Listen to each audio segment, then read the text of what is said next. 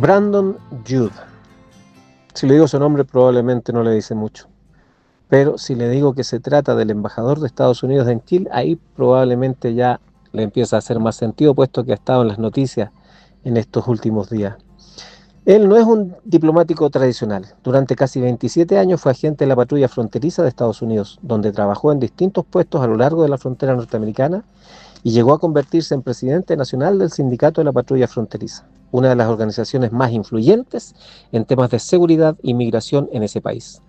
En 2024 se retiró del servicio activo y poco después fue nombrado embajador en Chile por el presidente Donald Trump. Su perfil es poco convencional para la diplomacia. No viene del mundo clásico de las cancillerías, sino del ámbito de la seguridad, la política migratoria y la seguridad fronteriza. Y justamente por su estilo directo, su figura se ha vuelto muy visible en la relación entre Chile y Estados Unidos. ¿Por qué estamos hablando de él? En las últimas semanas, Judd se convirtió en protagonista de una tensión diplomática entre Chile y Estados Unidos. El conflicto comenzó cuando el gobierno estadounidense decidió revocar las visas de varios funcionarios chilenos vinculados a decisiones sobre infraestructura digital y telecomunicaciones. La razón, según Washington, fue la preocupación por un proyecto tecnológico que podría afectar la seguridad de la región y de Estados Unidos. Las declaraciones del embajador defendiendo esta medida fueron interpretadas por algunos sectores políticos en Chile como una presión diplomática inusual. El canciller chileno respondió con molestia y algunos parlamentarios incluso plantearon, más como gesto político que como decisión real, la posibilidad de declararlo persona non grata, lo que en diplomacia significa pedir la salida de un embajador.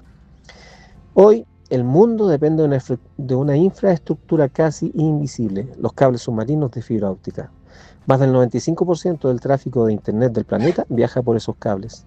Datos financieros, comunicaciones empresariales, investigación científica y gran parte de la actividad digital global. Y Chile podría transformarse en un punto clave de esa red. Para Estados Unidos hay un riesgo de seguridad toda vez que China sería el proveedor y algunos puntos del contrato amarran a Chile con la visión del gigante asiático. Y en contrario, esos puntos del contrato pueden afectar los intereses del gigante americano. Hoy, desde hace muchos años, existe una rivalidad tecnológica entre Estados Unidos y China y varias áreas más.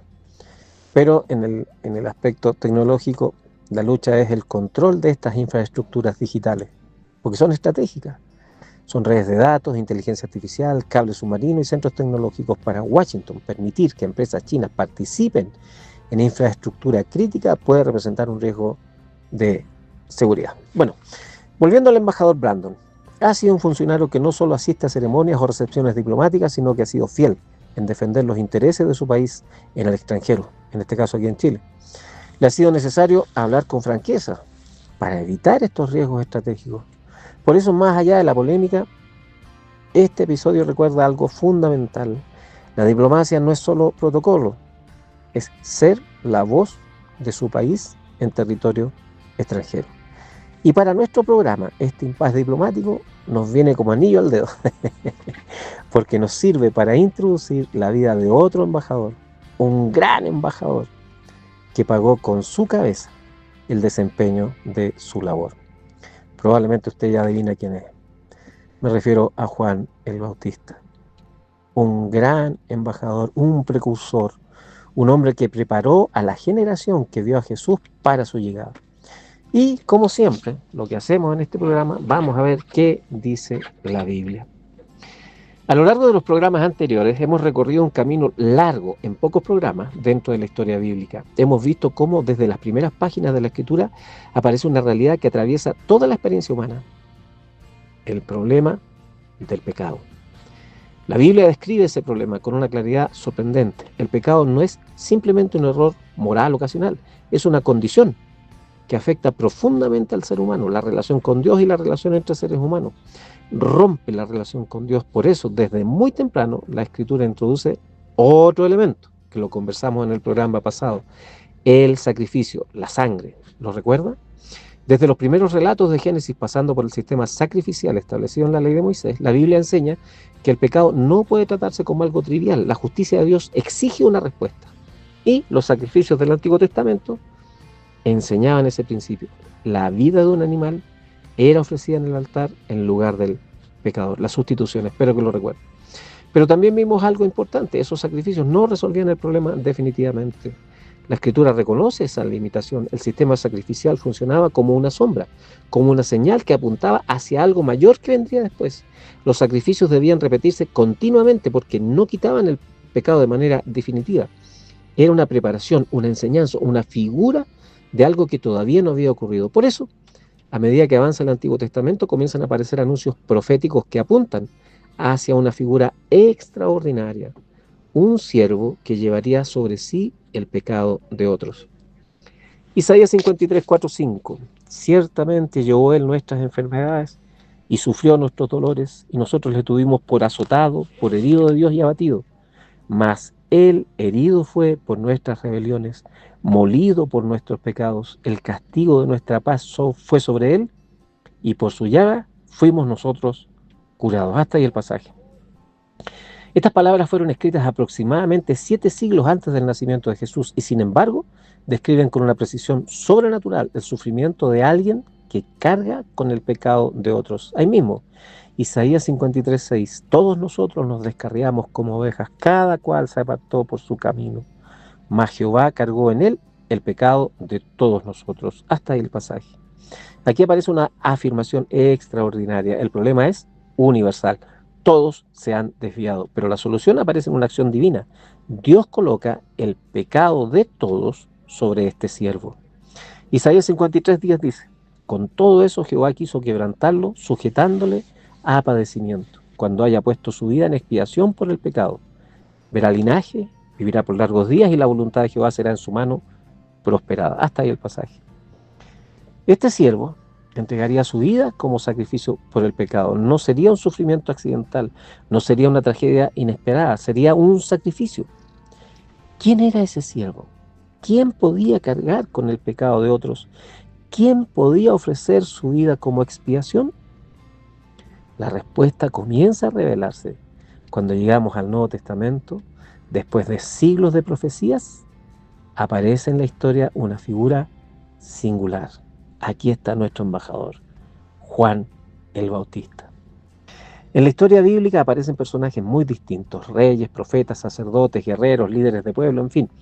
Pero entre todos ellos aparece una figura extraordinaria que ocupa un lugar único en la historia de la redención: Juan el Bautista. Mateo 11, 11 dice: de cierto os digo, entre los que nacen de mujer, no se ha levantado otro mayor que Juan el Bautista. Hasta ahí el pasaje. Estas palabras muestran que Juan no fue simplemente un predicador más, uno más dentro de la historia de Israel. Su vida tuvo un propósito completamente singular: preparar el camino para la llegada del Mesías. Lucas 1:15 dice lo siguiente: porque será grande delante de Dios. Está hablando de Juan el Bautista.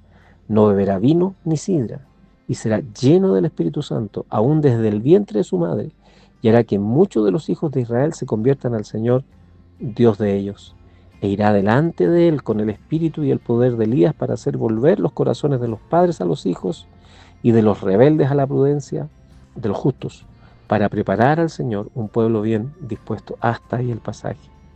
Desde antes de nacer, Juan ya tenía una misión definida, ya contaba con la fuerza del Espíritu Santo, y su trabajo era preparar al pueblo para la llegada del Señor. Lucas 1:80, también hablando de Juan el Bautista: y el niño crecía y se fortalecía en espíritu, y estuvo en lugares desiertos hasta el día de su manifestación a Israel. Hasta ahí el pasaje. Juan pasó gran parte de su vida en el desierto. No creció en los centros de poder religiosos de Jerusalén, no se formó en las escuelas rabínicas más influyentes de su tiempo. Su preparación ocurrió lejos del ruido de la ciudad, en la soledad del desierto. Mateo 3:4, y Juan estaba vestido de pelo de camello y tenía un cinto de cuero alrededor de sus lomos, y su comida era langostas y miel silvestre. Hasta ahí el pasaje. Su vestimenta recordaba inmediatamente a uno de los grandes profetas del Antiguo Testamento, Elías.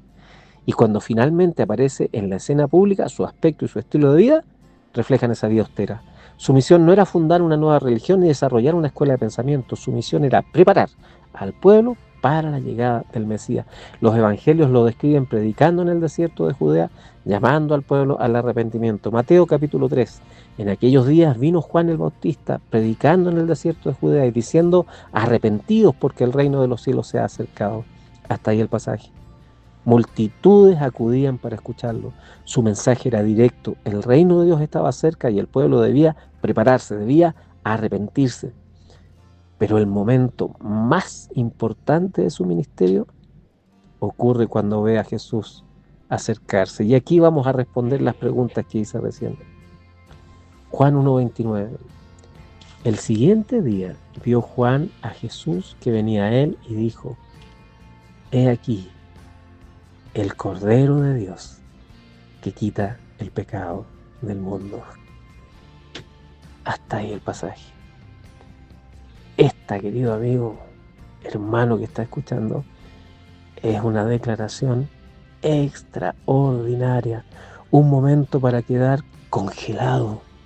No solo era Manuel, Dios con nosotros, sino que era el punto más importante de la historia. Durante siglos el pueblo de Israel había sacrificado corderos en el templo. Cada año en la Pascua un cordero era sacrificado para recordar la liberación de Egipto.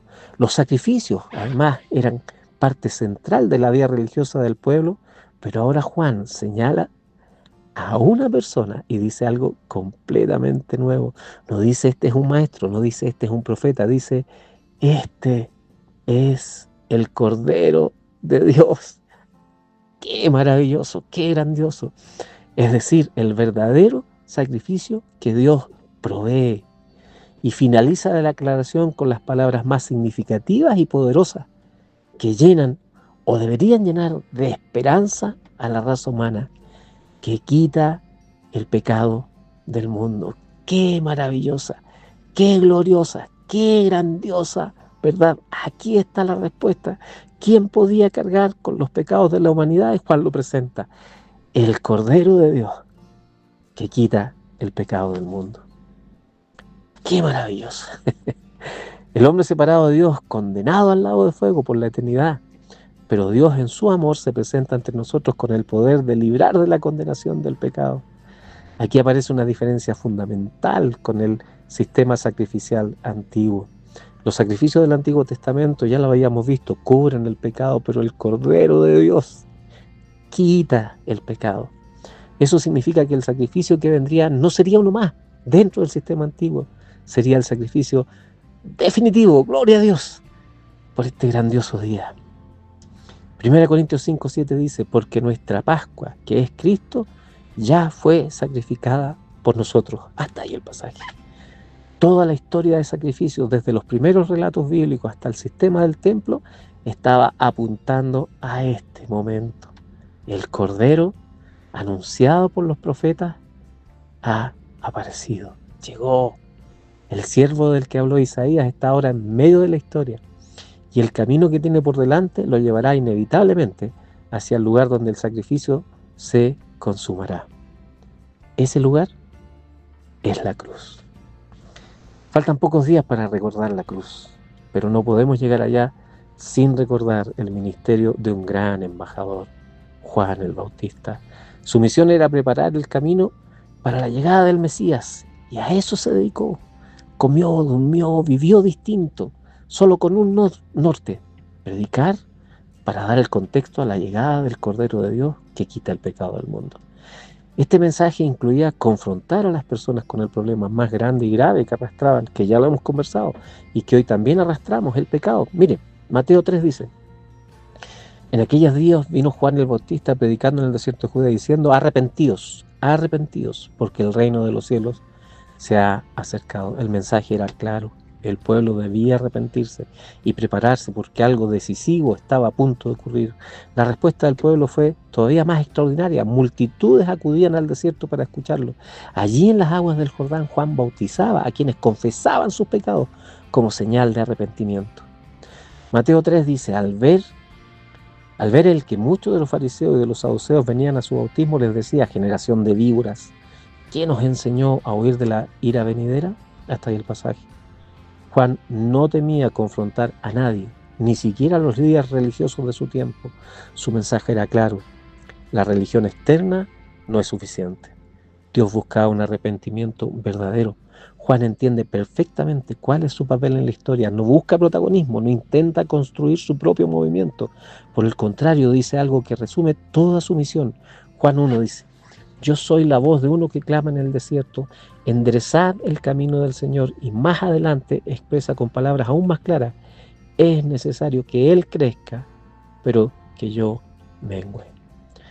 Toda su vida está orientada hacia ese momento, señalar a Cristo, pero su valentía también tuvo consecuencias. Juan denunció públicamente el pecado del gobernante de su tiempo, Herodes, lo que en definitiva le costó la vida. Luego de un tiempo en la cárcel, un día de fiesta, Herodes, preso de la lascivia y el alcohol, mandó a cortarle la cabeza.